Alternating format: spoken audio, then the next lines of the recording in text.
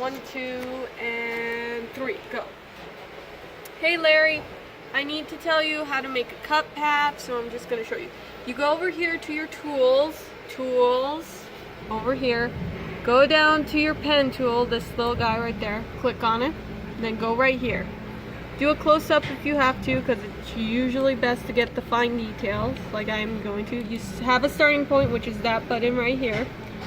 And then you click and drag, and as you can see, these two hooks, you usually can't do that or it'll create another loop. So what I like to do is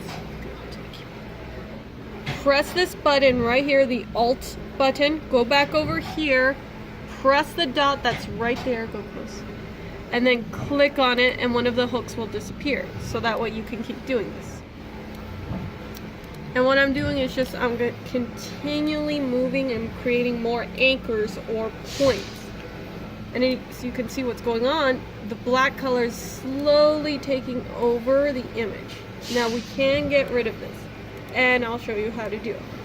Now let me just go right here, because when the black image is a problem, which would be right about now, as you can see, it's taking over the image.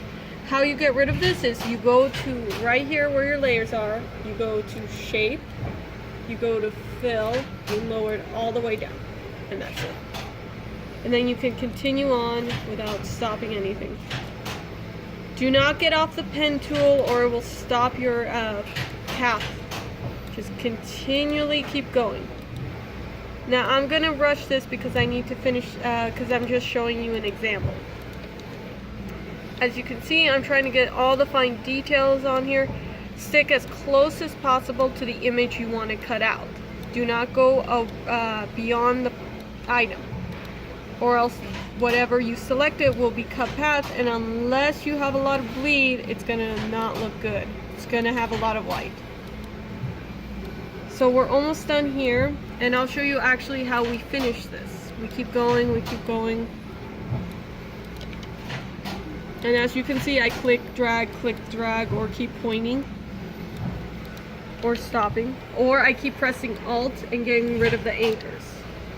So keep going, and go back to your original starting point. And you'll see the circle right here on it. That means it's gonna close the path. And boom, you're done. Now all you have to do is go back to your layers, select the shape, go to paths, double click it, and then name it. This should pop up. You name it path 1 and press OK. And then after that, you go back to your layer files and you want to have these fine detail holes right here.